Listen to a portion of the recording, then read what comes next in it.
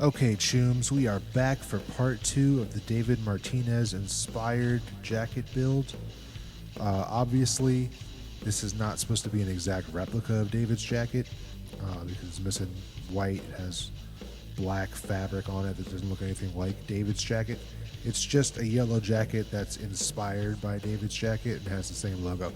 So, without further ado, let's get into part 2 here. Okay, so I was not happy with the painted and clear-coated version of this jacket from part 1. When I would wear a backpack, I would end up with a little bit of green smeared on the backpack. When I would drive around in my car, I would end up with a little green smeared on my seat, which is not the end of the world because a little bit of alcohol in this paint will come right off. So I was able to get the paint off, no problem, not doing any damage.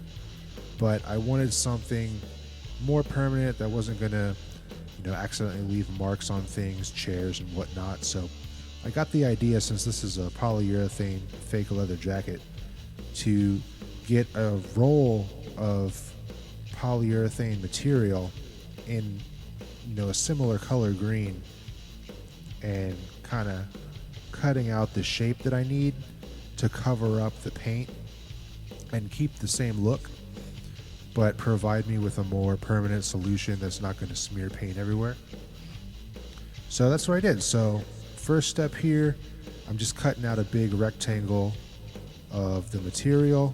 I'm taking my pattern from the first video and I'm laying it out, making sure that I have enough material to give me a complete logo that's not only going to look like the logo but also be a little thicker to cover up all the paint and clear coat from the first part of the video. So I'm going in with some scissors, cutting out my pattern.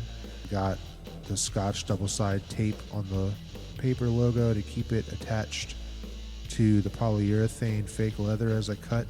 And yeah, I got a nice fat sort of Edgerunners logo that's going to look good on the jacket but also cover up the old paint that I don't want to smear everywhere. Going in, cutting out these spaces inside this E with a box cutter and some scissors, and had kind of a rough cut that exposed too much of the white from the back of the material, so I just went in with a green Sharpie, clean that up a little bit. The green Sharpie just happened to match this material pretty perfectly, so that worked out well. Lining up my fake leather here, and I got this adhesive paper from Amazon. It was like $11 for a pack of 2, and basically what you do is you peel off one side and you stick your patch or your material to it, and then you cut the adhesive part to line up with your patch so it's seamless. And that's what I'm doing here. And then when you're ready, you peel off the other side and you stick that to your jacket or your vest or whatever it is you want to get the patch adhered to. And it worked pretty well. So here I am just cutting out the logo, getting the adhesive paper to match where I already cut out the logo from, going in inside this E, getting these little tight cuts, and then I'm putting some adhesive on the top of this pattern as well because the pattern was so big it actually took up lengthwise more than one sheet of paper, which was fine. I got plenty. Here I am sanding down some of the high spots from the first attempt. There was some uneven parts to the green paint, some inconsistencies that I don't really want to push on the backside of this green polyurethane.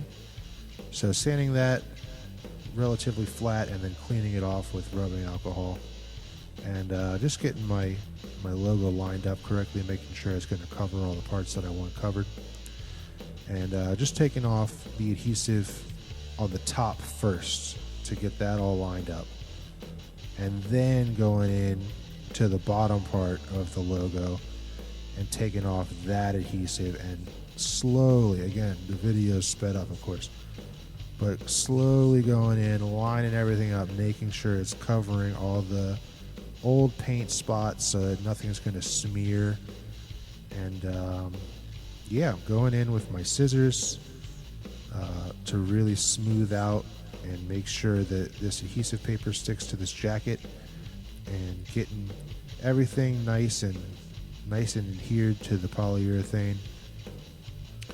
And yeah, this looks pretty good. I like the way this looks a lot. The instructions on the paper said to put it in the dryer on medium for 5 minutes to make the adhesive permanent. My dryer didn't have a medium setting, so I just put it on low for 5 minutes, and it stuck really, really well. So here's the final product. I am really happy with this. I think the first jacket was like a C+, B-. And obviously I'm no professional, so I'm not going to go too hard on myself. But this version of the jacket, I think, is an A-. I think it came out really good. I'm really happy with how permanent it is. I'm really happy with how bold it is.